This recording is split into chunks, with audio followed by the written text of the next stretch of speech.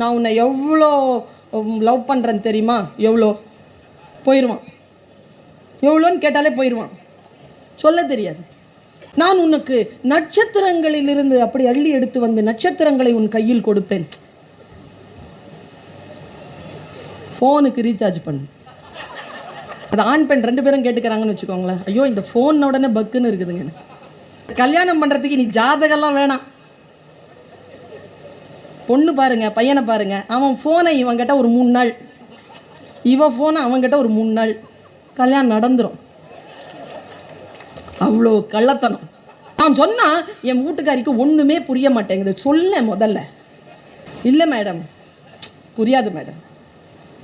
ஒன்றும் இல்லை, வீட்டுக்காரர் ஊருக்கு போகிறாருல்ல மேடம், பெட்டிலாம் கட்டி அனுப்புகிறோம். 3 நாள் போகிறாரா இல்லையா?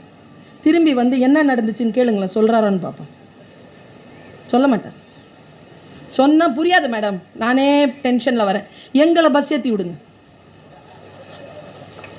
பஸ்ஸில் ஏறினதுலேருந்து பக்கத்தில் உட்காந்துருந்த ஆண்டி வாயில் போட்ட வெத்தலையை காரி காரி வெளியில் துப்புனதுலேருந்து இறங்கி போய் என்ன வேலை செஞ்சோம் செஞ்சு வந்தது எல்லாத்தையும் ஒப்படைப்போம். நம்ம சொல்லுங்க, எங்கள் அம்மா எனக்கு அதை செய்வாங்க. இப்போ பெற்றோர்கள் அதை செய்வதில்லை.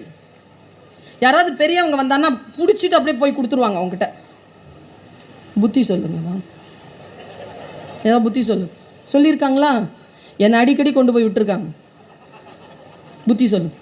முன்னால் இருக்கிறவங்களுக்கும் கொஞ்சம் கூட அன்பே இருக்காதுங்க. சொல்லிட்டாங்கிறதுனால 3/4 மணி நேரம் வச்சு செய்வாங்க. குழந்தையாச்சு, அதுக்கு புரியுமா புரியாதா? அதெல்லாம் கிடையாது, சொல்லிட்டே இருப்பாங்க. அதான் நான் யோசிச்சு பார்த்துருக்கேன். நிறைய வார்த்தைகள் காதில் விழுந்திருக்கிறது, அந்த வயதில் புரிந்ததில்லை, வளர வளர புரிந்திருக்கிறது. அப்பொழுதுதான் எனக்கு இந்த ஸ்டேட்மெண்ட் புரிஞ்சுது. இந்த கல்லை வைரமணி ஆக்கிய இன்னொரு ஸ்டேட்மெண்ட், விதைத்தவள் தூங்கலாம், விதைகள் தூங்குவதில்லை, அது முளைக்கும். சொல், நல்ல சொல், புரிகிறதோ புரியலையோ அந்த டைம்ல சொல்லிட்டு போயிடுங்க. அதற்கான பக்குவம் வருகின்ற பொழுது அது புரிந்து போகும். நமக்கு சொல்ல மாட்டேங்கிறாங்க சார். சொன்ன அறிவு வந்துரும். எத்தனை பேர் சொல்லாம இருக்காங்க தெரியுமா? கல்விக்கும் அறிவுக்கும் என்ன வித்தியாசம் தெரியுமா? கல்வி என்பது வெளியிலிருந்து உட்செல்வது, அறிவு என்பது உள்ளிருந்து வெளிப்படுவது. வெளியிலிருந்து உள்ள போனா தானே உள்ள இருந்து வெளியில வரும். தானா சுயம்புவா வந்துருவோமா? நான் கூட தான் படிக்கிறேன் நிறைய, அதனால தான் பேசுறேன். படிக்காம பேசிட முடியுமா? சுயம்புவா கிடையாது. விலங்குக்கும் மனிதனுக்கும் இருக்கக்கூடிய வித்தியாசமே, விலங்கு பிறக்கும் பொழுதே கற்றுக்கொண்டு பிறக்கிறது, மனிதன் தான் பிறந்த பிறகு கற்றுக்கொள்கிறான். அவனால கற்றல் இல்லாமல் அவனால் இருக்க முடியாது. ஒருவனுக்கு என்ன புத்தி இருக்கணும் அப்படின்ட்டு 2 பாட்டுங்க. யாரோடும் பகை கொள்ளலன் என்ற பின் போர் ஒடுங்கும் புகழ் ஒடுங்காது, தன் தார் ஒடுங்கல் செய்யாதது தந்த பின் வேரோடும் கெடல் வேண்டுவதாகுமோ, வேண்டல் உண்டாகுமோ. இது பாட்டு. யாரோடும் நீ பகையா இல்லை, நான் அரசனாக இருக்கக்கூடியவன், யாரோடும் பகை பாராட்டவில்லை என்றால் போர்தான் ஒடுங்கும், புகழ் ஒடுங்காது என்று பேசக்கூடிய ஒரு மாண்புமிக்க வரிகள் கம்பராமாயணத்தில் உண்டு. நாம் நம்முடைய படையை, நம்முடைய பலத்தை காத்துக்கொள்ள வேண்டும் என்றால் யாரோடும் பகை கொள்ளக்கூடாது என்று பேசுகிறான். மாற்று கருத்து இருக்கலாம், பகை அவசியம் இல்லை. காதலர் தினம் வந்து போச்சு. காலிப் எழுதுகிறான், நீயும் நானும் பிரிந்து விட வேண்டும் என்று முடிவானதற்கு பிறகு, நீயும் நானும் பிரிந்து விட வேண்டும் என்று முடிவானதற்கு பிறகு உனக்கும் எனக்கும் நடுவில் எதற்கு பகை என்ற புதிய உறவு? பிரிஞ்சிடணும்னு முடிவு பண்ணிட்டல, போயிட்டே இரு, இக்னோர் பண்ணு. இக்னோர் பண்றதை விட பெரிய தண்டனை யாருக்கு என்ன இருந்துட முடியும்? இனிய சொல்லினன் எனக்கு ரொம்ப பிடிச்சமான சொல்லு. இனிமை, இனிமையா பேசணும். இங்க நான் நிறுத்துறேன். உடம்புல இருந்து வெளியேறது எல்லாமே நாற்றமானது தான், மற்றவர்கள் முகம் சுளிக்க கூடியது தான், மற்றவர்கள் இதழ்களில் புன்னகை வரவழைத்தவர்களை மகிழ்ச்சிக்குரிய ஒன்று உங்கள் உடலில் இருந்து வெளிப்படலாம். அதற்கு வாய்தான் உறுப்பு. அதிலிருந்து நல்ல இனிமையான சொற்களை நீங்கள் வெளிப்படுத்துகின்ற பொழுது முன்னால் இருக்கின்றவர்கள் மகிழ்ந்து போகிறார்கள். இனிமையான சொல் யாரிடத்தில் இருக்கிறதோ அவர்கள் ஜெயிக்கிறார்கள். இனிய சொல்லினன். யாவர்க்குமாம் இறைவருக்கு ஒரு பச்சிலை, யாவர்க்குமாம் பசுவிற்கு ஒரு வாயுரை, யாவர்க்குமாம் உண்ணும் போது ஒரு கைப்பிடி, யாவர்க்குமாம் பிறருக்கு இன்சொல் தானே திருமந்திரம். மற்றவர்களுடைய உடலை, மற்றவர்களுடைய உள்ளத்தை கவனம் படுத்திக் கொண்டு பேசுகின்ற இனிமையான சொல் முதல் தகுதி. கால் தானே மிதிச்சான், தெரியாம தானே மிதிச்சான், ஏன் பரம்பரையை திட்டுற? இனிய சொல்லினன். அடுத்து ஈகையன். இருக்கிறத கூடு. ஈகைங்கிறத சொல்லவா? இந்த கல்லை வைரமணி ஆக்கிறவா வித்த சொல்லவா? இருக்கிறத அள்ளி கொடுக்கிறவன் இல்லைங்க கொடையாளன். வலிக்க வலிக்க கிள்ளி கொடுக்கிறவன் தாங்க கொடையாளன். பணக்காரன்லாம் கொடையாளனா? வள்ளலா? இல்ல.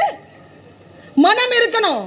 பைபிளில் ஒரு வார்த்தை இருக்கிறது. ஐஸ்வர்யான் ஒருவன் வந்தான், கையில் அவரிடத்தில் கொடுத்தான், சாப்பாட்டுக்காக வருவாருன்னு பார்த்துட்டு இருந்தான். ஒரு பெண் இருந்தால், அவள் ஒரே ₹1 தான் கொடுத்தாள். இயேசு கிறிஸ்து அவள் வீட்டுக்கு சாப்பிட போனார். அப்ப ஐஸ்வர்யான் மேல இருந்துட்டு அந்த மரக்கிளையில இருந்துட்டு அதை பார்க்கறான். பார்த்துட்டு வந்து அவர்கிட்ட கேட்கறான், நான் 1000 ரூபா 100 ரூபா கொடுத்தேன், என் வீட்டுக்கு வராம ₹1 கொடுத்தி அவ வீட்டுக்கு போனியே ஏன்? இயேசு கிறிஸ்து சொன்னார், நீ உன்னிடத்தில் இருந்ததிலிருந்து ₹100 கொடுத்தாய், அவள் தன்னிடம் இருந்த எல்லாவற்றையும் சேர்த்து ₹1 கொடுத்தாள். கொடைங்கிறது அதாங்க. ஈகையன். கொடுக்கிற புத்தி இருக்கணும். எங்க இருக்குது குழந்தைங்களுக்கு? அதர்சம் எல்லாரும் குட்டன் பிடியா? இன்னைக்கு தானே சுட்ட மாவு இருக்குமா, நாளைக்கு சுட்டு தரேன். அது நாளைக்கு சுடுறது. இன்னைக்கு 2 சுடிதார் இருக்கு, ஒன்று நீ எடுத்துக்க, இன்னொன்று அந்த பிள்ளைக்கு தந்துடலாம். 2த்துல எது நல்லா இருக்கு? 2ம் வேணும். எல்லாம் வேணும். நுகர்வோர். இந்த நேரத்தில் தான் குழந்தைகளுக்கு இது சொல்லப்பட வேண்டியதா இருக்கிறது. ஈகை குணத்தோடு இரு. எண்ணினன். எண்ணியர் எண்ணியாங்க எய்துவர், எண்ணிய திண்ணியராக பெறின். பைபிள்ல தான் ஞாபகம் வருது மறுபடியும். ஆவியோ உற்சாகமானது, சரீரமோ பலவீனமானது. ஒன்றும் பண்றதில்லை. உள்ளத்தை எப்படி பிடித்து வைத்திருப்பது? அந்த எண்ணம் எல்லாம் உங்ககிட்ட இருக்கு. வினையாற்றுகிறீர்களா? நான் ஒன்றை சொல்லுகிறேன், நீங்கள் வீட்டிலே இதை போய் சிந்தித்து பாருங்கள். கடவுள் என்பது பெயர் சொல் அல்ல, வினை சொல். அது நிகழ்கிறது. அன்பு என்பது பெயர் சொல் அல்ல, அது வினை சொல். அது நிகழ வேண்டும். நான் உன்னை எவ்வளோ லவ் பண்றேன்னு தெரியுமா? எவ்வளோ? போயிடுவான். எவ்வளோன்னு கேட்டாலே போயிடுவான். சொல்ல தெரியாது. அன்பு என்பது வினை சொல். நான் உனக்கு நட்சத்திரங்களில் இருந்து அப்படி அள்ளி எடுத்து வந்து நட்சத்திரங்களை உன் கையில் கொடுத்தேன். போனுக்கு ரீசார்ஜ் பண்ணு. அது ஆண் பெண் 2 பேரும் கேட்டுக்கிறாங்கன்னு வச்சுக்கோங்களேன். ஐயோ, இந்த போன் உடனே பக்குன்னு இருக்குதுங்க. இந்த போன் படுத்துற பாடு கடவுளே காப்பாற்றணும். முதல்லலாம் போன் வந்தா எல்லாரும் வீட்டுக்குள்ள ஓடி வருவாங்க. தெரிச்சு ஓடுறான். டவர் இல்லை, டவர் இல்லை, டவர் இல்லைன்னு. என்னத்த டவர் இல்லை? ஃபோன் காணோன்னு வச்சுக்கோங்களேன், அவன் பதறதை பார்த்துருக்கீங்களா? எதுக்கு ஃபோனுக்கு பதறான்? உள்ள இருக்கக்கூடிய மெட்டீரியலுக்கு பதறான். இந்த கல்யாணம் பண்றதுக்கு நீ ஜாதகம்லாம் வேணாம். பொண்ணு பாருங்க, பையனை பாருங்க, அவன் ஃபோனை இவங்கிட்ட ஒரு 3 நாள், இவன் ஃபோனை அவங்கிட்ட ஒரு 3 நாள், கல்யாணம் நடந்துரும். அவ்வளோ கள்ளத்தனம். வினையன் வினையாற்ற வேண்டும். அந்த வினை ஆற்றுதலில் தூய்மை இருக்க வேண்டும், நேர்மை இருக்க வேண்டும். எண்ணங்கள் பலமாக இருந்தால் மட்டும் போதாது. பலமான எண்ணங்களை என்ன செய்யணும்? இது ட்ரெயின்ல இருந்து வெளியில தள்ளி விட்டான் வெள்ளைய. வெளியில தண்ணி விழுந்த உடனே நினைச்சாரு மோகன்தாஸ் கரம்சந்த், என்னையா தள்ளி விடுற மாவன, உன்னை என் நாட்டில இருந்து தள்ளி விடுறேன்னு சொல்லிட்டு தள்ளி விட்டாரா இல்லையா? எண்ணினன். மண்ணுருண்டையால் தான் அடித்தான் ராமன் கூனி நினைச்சாலே. மண்ணுருண்டையால் அடிக்கிற மாவன, உன்னை மண்ணே இல்லாம அடிக்கிறேன் பாரு. அடிச்சாலா இல்லையா? எண்ணுவது பெரிய விஷயம் இல்லை, எண்ணுவதை செயல் புரிய வேண்டும். என் தோழமைகளை, என் குழந்தைகளை, எதை நினைக்கிறாயோ அதை வினையாற்று. வினையில் கொண்டு வா. வினயன், தூயன், தூய்மையானவளாக இரு, தூய்மையானவனாக இரு. என்ன பிரச்சனை? ஆஹா, ஓஷோ தான் சொல்வார், நுண்ணறிவாளர்கள் சூழ்ச்சி செய்வதில்லை, சூழ்ச்சி செய்வதற்கு நுண்ணறிவு தேவையில்லை, முட்டாள்கள் தான் சூழ்ச்சி செய்கிறார்கள், புத்திசாலித்தனமே போதுமானது. ஒன்று சொல்லட்டுமா, மனசு இருக்கு இல்லைங்க, அது ரொம்ப அழுக்கானதுங்க, சீக்கிரம் அழுக்காயிடும், கழுவ முடியாதுங்க. துணியை துவைச்சிடலாங்க, மனசு எங்கிருந்து துவைக்கிறது? மனதை கழுவுற 2 விஷயம் சொல்லவா, ஒன்று இசை, மற்றொன்று இலக்கியம். ரெண்டும் மனசை கழுவும். இந்த டான்ஸை பார்த்தாலும் கழுவும். மனம் கழுவணும். வளைஞ்சி நெளிஞ்சி வாசல் பெருக்கினால் ஒருத்தி, வாசல் சுத்தமாச்சு மனசு குப்பையாச்சுன்னா ஒன்றும் பண்ண முடியாது. கல்யாணி எழுதுவாங்க, மனதை கழுவ வேண்டும். துணி வெளுக்க சாம்பல் உண்டு எங்கள் முத்து மாரியம்மா, எங்கள் முத்து மாரி. மனம் வெளுக்க சாம்பல் இல்லை எங்கள் முத்து மாரியம்மா, எங்கள் முத்து மாரி. பாரதி. மனத்து கண் மாசு இளன் ஆதல் அனைத்தரம். வள்ளுவன். என் தாய் தூய்மையானவள், என் சகோதரி தூய்மையானவள், என் தோழி, என் காதலி, என் மனைவி, என் மகள். இந்த உலகத்தில் இருக்கக்கூடிய பெண்கள் தூய்மையானவர்கள். அப்படித்தான் ஆண்களும் தூய்மையானவர்கள். கம்பர் சொல்லுவாரு, இந்த நாட்டில் அழகியே இல்லையா, இந்த நாட்டில் உண்மையே இல்லையா, அந்த நாட்டில் செல்வந்தரே இல்லையான்பா. வன்மை இல்லை, ஒரு வறுமை இன்மையால். இந்த லெவலுக்கு நம்ம வரணும்னா தூய்மையானவர்களாக இருக்க வேண்டும்.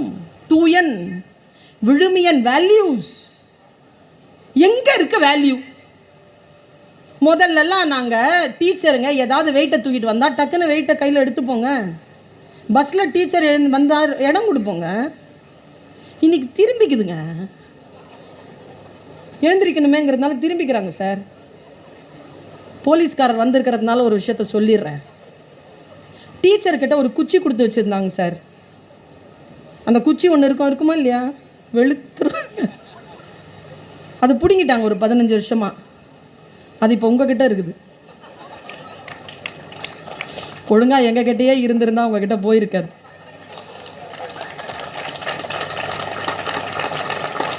சொல்ல முடியலைங்க. தூய்மையானவனாக இரு, தூய எண்ணங்களோடு இரு, தூய செயல்பாடுகளோடு இரு.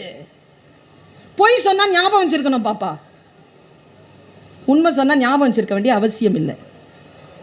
சிம்பிள். சிந்தித்து பார்த்து செய்கையை மாத்து. சிறுசா இருக்கையில் திருத்திக்கோ, தவறு சிறுசா இருக்கையில் திருத்திக்கோ.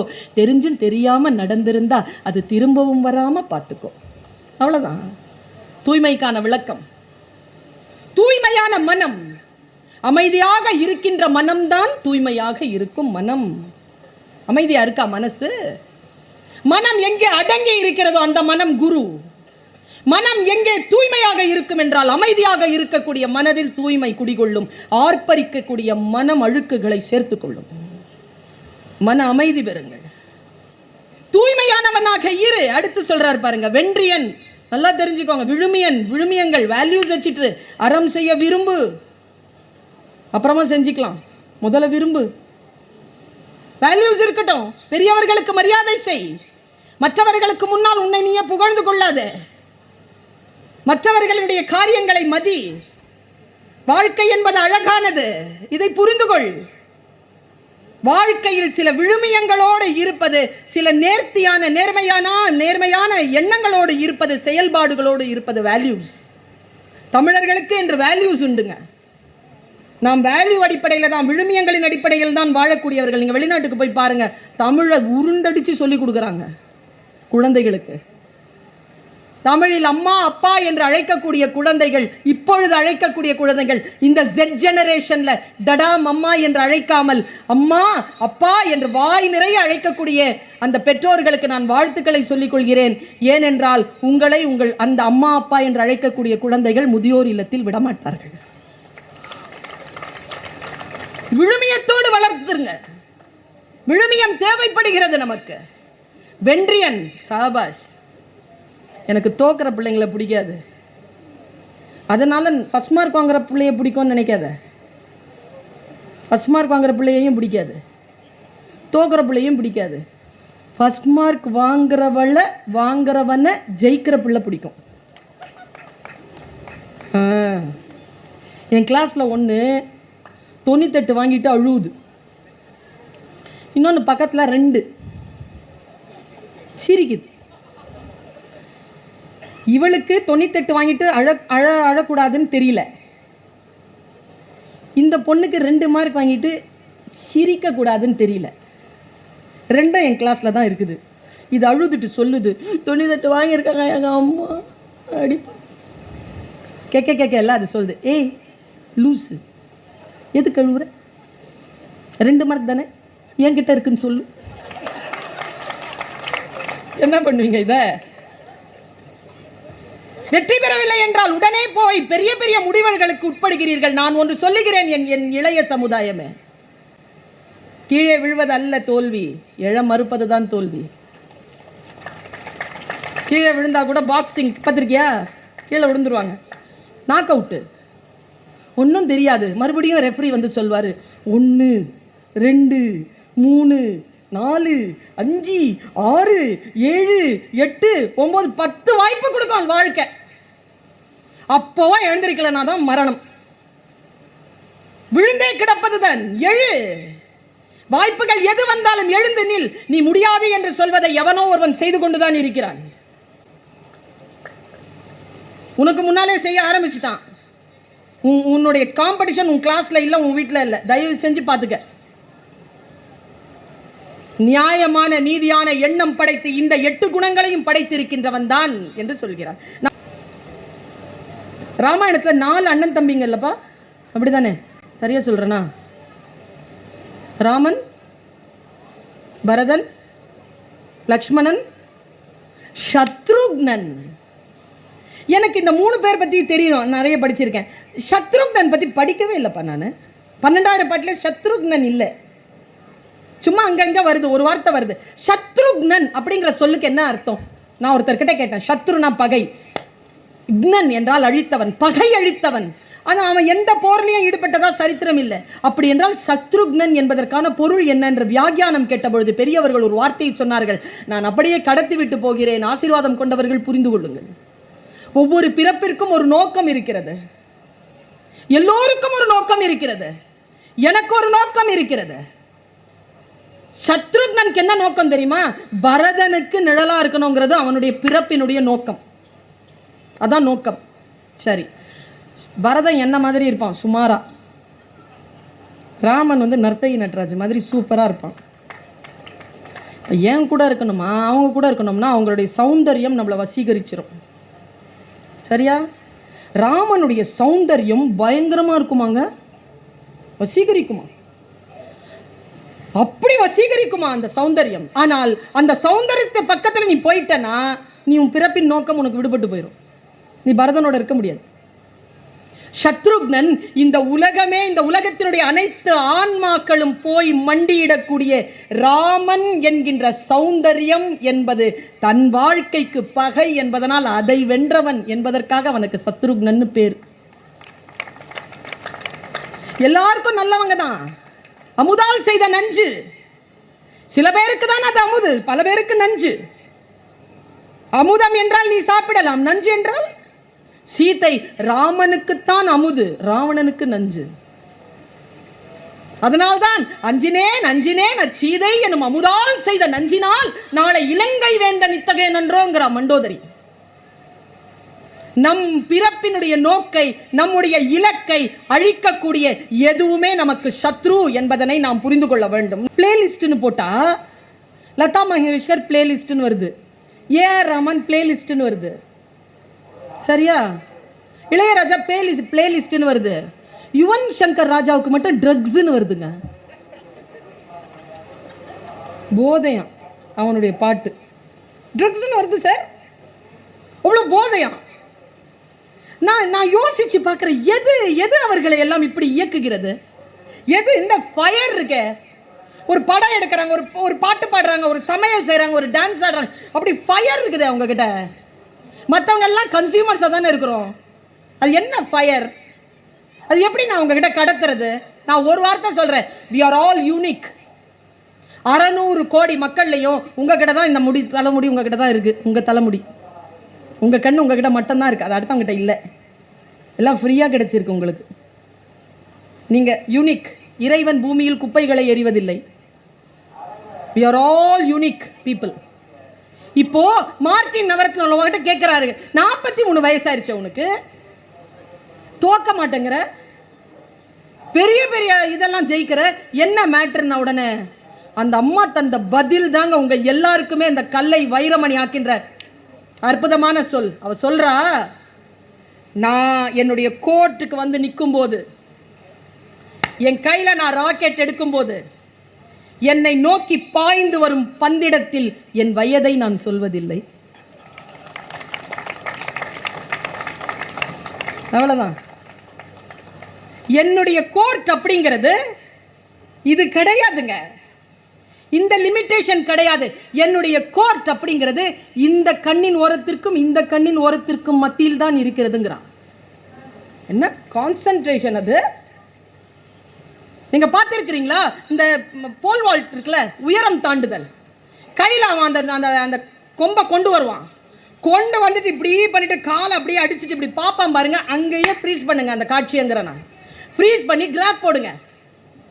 உயரம் தாண்டுதல்ல அவன் வந்து அந்த கம்பி இருக்குல்ல, அந்த கம்பியை தாண்டினா போதுங்க, கம்பி வைக்க மாட்டாங்க. அவனுடைய ஐயில இருக்கக்கூடிய அந்த எல்லையை காத்துல அவன் கோடு கிழிப்பாங்க. அவன் கம்பியில கிழிக்க மாட்டான், காத்துல கோடு கிழிப்பான். அவன் உசேன் போல்ட்ல ஓடுறாரு.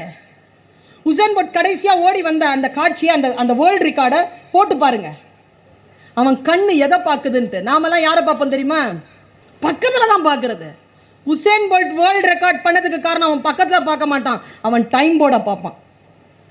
டைம் போர்டு 9 செகண்ட்க்கு உள்ள ஓடணும், அவ்வளவுதான். இதுதான் வேர்ல்டு ரெக்கார்டு. இவங்க எல்லாருமே ஓட மாட்டாங்கன்னு தெரியும், இவனெல்லாம் பார்க்க மாட்டான். டைம் போர்டை பார்த்துட்டு ஓடுறவன் உசேன் போல்ட். நம்ம கான்சென்ட்ரேஷன் எங்க இருக்கணும்ங்கிறது, நான் என்ன வேலை செய்கிறேனோ அந்த வேலையில என்னுடைய கான்சென்ட்ரேஷன் இருக்கணும். அவ சொல்றா, இதுக்கும் தாங்க என் கோர்ட்டு. அடுத்த ஒரு வார்த்தை சொன்னாங்க, என்னால் நான் சிலாகித்து போனேன். நாம் குடியிருக்கக்கூடிய வீட்டிற்கு அளவு உண்டு. நீங்க டூப்ளெக்ஸ்ல இருந்துக்கோங்க, நீங்க வந்து பிளாட்ல இருந்துக்கோங்க, நீங்க பங்களால இருந்துக்கோங்க, நீங்க இண்டிபெண்டன்ட் ஹவுஸ்ல இருந்துக்கோங்க, நீங்க எங்க வேணாலும் இருந்துக்கோங்க, அந்த இருப்பிற்கு ஒரு அளவு இருக்கு. புத்தி இருக்குல்ல, அதுக்கு அளவே கிடையாதுங்க. அந்த ஸ்பேஸ் ரொம்ப பெரிய ஸ்பேஸ்ங்க. அது பாத்திரம், மிகப்பெரிய பாத்திரம். அது மனதை அவ்வளவு விரிவாக வைத்துக் கொள்ளுகின்றவர்கள் வைரமாக ஜொலிக்கிறார்கள். அங்கே குப்பைகளை கொட்டிக் கொள்ளக்கூடாது. கிளியரா இருக்கணும், அந்த இடம் கிளியரா இருக்கணும். இப்படி சொல்கிறேன் என் அருமை தோழமைகளே, என் உறவுகளை, ட்ரீம் பிக். பெருசா யோசிங்க. Small aim is a crime. APJ, எனக்கு ஏபிஜே ரொம்ப பிடிக்கும். கலாம் அரசியல்லாம் விட்டுருங்க, அவரை பற்றி எந்த அரசியலையும் நான் பேசுவதில்லை. அவரை ரொம்ப பிடிச்சதுக்கு காரணம் தெரியுமா? அவர் ஒரு விஷயத்தை ஒரு ஸ்டேட்மெண்டா கொடுத்தாருங்க. ஒருத்தங்கன்னா அப்படிதாங்க இருக்கணும். பெரிய நான் பட்ட சந்தோஷத்தின் ஆனந்தத்தினுடைய எல்லையை சொல்லிட்டு போனார். அதை சொல்லி நான் நிறைவு செய்யறேன். மனநிலையே வேற, ஆனந்தமா இருக்கிறது வேற, மகிழ்ச்சியா இருக்கிறது வேற. மகிழ்ச்சி என்பது வெளியிலிருந்து உட்செல்வது, ஆனந்தம் என்பது உள்ளிருந்து வெளிப்படுவது. இங்கிருந்து வரும், இன்வர்டு இல்ல, வெளியில வரும். ஆனந்தமானேன்றாருங்க அவரு. அந்த ரெக்கார்டிங்ல சொல்றாரு, நான் ஆனந்தமாக இருந்தேன். என்ன பண்ணீங்க? நான் வந்து ஏவுகணையை விட்டேன், அக்கினி விட்டேன், உலகத்தில் அணு ஆயுதத்தை வந்து தயார் பண்ணேன், எல்லாம் பண்ணேன். ஆனால் அதெல்லாம் என் டீம் ஒர்க்கு, அதெல்லாம் இந்தியாவை காப்பாற்றுற ஒரு முயற்சி தான், அறிவியல் முயற்சி தான். ஆனால் அப்போ அதெல்லாம் அழிவுங்க. என் மனசுக்கு அது சந்தோஷத்தை கொடுக்கலைங்கன்னு ஸ்டேட்மெண்ட் கொடுக்குறாருங்க அந்த வீடியோவில். உனக்கு எது மகிழ்ச்சியாக கொடுத்தா? என் ஃப்ரெண்டு ஒரு நாள் என்னை கூப்பிட்டான், நான் போனேன். கலாம் எப்படி 125, மற்றதெல்லாம் 36 40 தாங்க, இது 125 அளவு நம்ம ஏவுகணை. 125 விட்ட, மற்றதெல்லாம் 34 36, ரஷ்யாவில் 36 48, அவ்வளோதான். இது 125 நம்முடைய ஏவுகணை. 125 அந்த கெப்பாசிட்டிக்கான விஷயத்தை எப்படிப்பா போட்ட அப்படின்னு உடனே ஃப்ரெண்டு கிட்ட சொன்னாராம். அதை நான் பயன்படுத்தின உலோகம் இருக்குல்ல, அந்த உலோகம் லைட் வெயிட்டான உலோகம். அதனால நீங்க உள்ளுக்குள்ள எவ்வளவு வேணாலும் சேட்டலைட் வச்சு அனுப்பலாம். அது போட்ட உடனே அவர்கிட்ட சொல்றார், அந்த உலோகம் ரொம்ப மெட்டீரியல், ரொம்ப தின்னான மெட்டீரியல், இதுக்காக ஏதாவது ஒன்று செய் அப்படின்னு சொல்லி இதாங்க சிந்தனை. அவரை கூட்டிட்டு போயிட்டு போலியோ அட்டாக் ஆகியிருக்கக்கூடிய குழந்தைகளுடைய இல்லத்தில் கொண்டு போய் விட்டாராம். இப்போ நானும் நீங்கள் நடக்கிறோம், நர்த்தகி ஆடுகிறார், நான் நின்று பேசுகிறேன், நமக்கு கால்கள் உண்டு. கால்கள் இல்லாமல் மாற்றுத்திறனாளியாக இருக்கக்கூடியவர்களுடைய வாழ்க்கை எவ்வளவு வலியானது. நீங்கள் செருப்பு போட்டிருக்கிறீங்களா, அந்த செருப்பு வந்து 300 கிராமுக்கு மேலே அந்த 2 செருப்பும் போட முடியாதுங்க உங்களால். 1 கிலோ ஷூ போட்டுருவீங்களா? எவ்வளோக்கு எவ்வளோ குறையுதோ வெயிட் அவ்வளோக்கு எவ்வளோ ஜாஸ்தி விலை. ரொம்ப லைட் வெயிட்டான ஷூ தான் அதிக விலை. அவர் சொன்னார், நீ பார்த்துருக்கிறியா இந்த பையனை, இந்த பையனுடைய காலில் போட்டிருக்கக்கூடிய அந்த இது இருக்கு இல்லையா, அந்த கேலிபர் ஷூ, அந்த ஷூ வந்து 3.5 கிலோ. அதனால் அந்த குழந்தைகள் நீங்கள் பார்த்துருக்கீங்களா, இப்படி நடக்காது, இப்படி எடுத்துட்டு தான் நடக்கும். ஏன்னா வெயிட், இடுப்பில் வெயிட் இருக்க தாங்க முடியாது, அதை அப்படி தாங்கிட்டு நடப்பாங்க. பார்த்து இதுக்கு ஏதாவது செய் அப்படின்னு போயிட்டாரான். நான் உட்காந்து அந்த ஏவுகணை செய்த அந்த மெட்டலில் 300 கிராமுக்கு நான் கேலிபர் ஷூ செய்தேன். 300 கிராம்ஸ். அந்த குழந்தைகள் அதை போட்டுட்டு நடக்கிறதோ ஓடுறதோ சைக்கிள் ஓட்டுறதோ நான் பார்த்தேன். என் வாழ்க்கையில் நான் ஏவுகணைகள் தயாரித்ததை விட அதிகமான சந்தோஷத்தை அடைந்தேன் என்று சொன்னார். அப்ப எனக்கு அவர் வைரமா தெரிஞ்சாருங்க.